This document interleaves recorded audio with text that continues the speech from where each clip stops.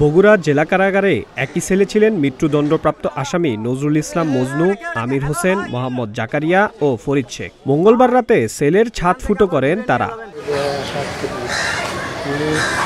ফুটো দিয়ে পালাতে রশির বিকল্প হিসেবে বেডশিট ব্যবহার করেন কয়েদিরা। ডিসি অফিসের দক্ষিণের শেষ সীমানার মূল গেট দিয়ে পালিয়ে যায় তারা। রাত ৪টার দিকে অভিযান চালিয়ে শহরের চাষিবাজার এলাকা থেকে তাদের গ্রেপ্তার করে পুলিশ। বুধবার সকালে নিজ কার্যালয়ে আয়োজিত সংবাদ সম্মেলনে এসব কথা জানান পুলিশ সুপার সুদীপ কুমার চক্রবর্তী। জেলে যারা কর্মকর্তা যারা তারা কিন্তু ভিতরে খুব একটা প্রবেশ করতো না, তাদেরকে আড়াল করে তারা মূলত একটি কর্নার এলাকায় সেখানে ছাদ ফুটো করে যে বেডশিট এবং অন্যান্য যে কাপড় আছে সেগুলোকে অবলম্বন করে তারা দড়ির মতো বানিয়ে সেখান থেকে তারা ছাদ ফুটো করে সেখান থেকে পালিয়ে যায় এবং পরবর্তীতে আবারও এই কাপড় এবং বেডশিট জোড়া দিয়ে তারা ওই সুউচ্চ প্রাচীর থেকে নিচে নেমে জাস্ট ব্রিজ পাড়ি দিয়ে তারা নদীর ওই পারে চাষিবাজারের অবস্থান। তিনি আরও জানান, জেলখানা থেকে পালিয়ে চাষিবাজার এলাকা যায় তারা, তবে সেখান থেকে পালানোর আগেই তাদের আটক করে পুলিশ। পরে তাদের নিয়ে আসা হয় ডিবি কার্যালয়ে।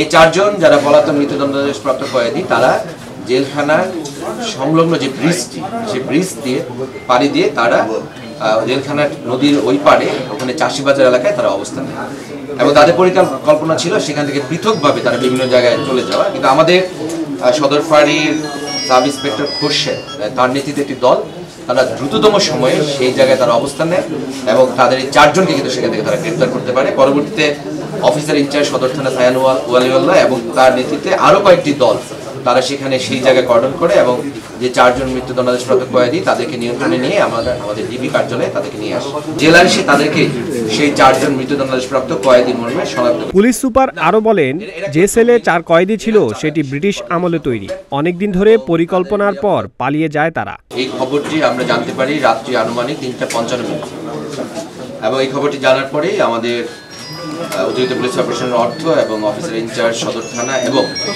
সদর থানা ও সদর ফাঁড়ির যে সকল টহল দল যারা রাত্রিকালীন প্রহরায় ছিল তাদেরকে বেতার বার্তার মাধ্যমে সতর্ক করা হয় এবং আমাদের অফিসাররা তারা মাঠে বিভিন্ন জায়গায় অভিযান পরিচালনা করে এবং তাদের সম্পর্কে এখন আমাদের মামলা রুজু হবে।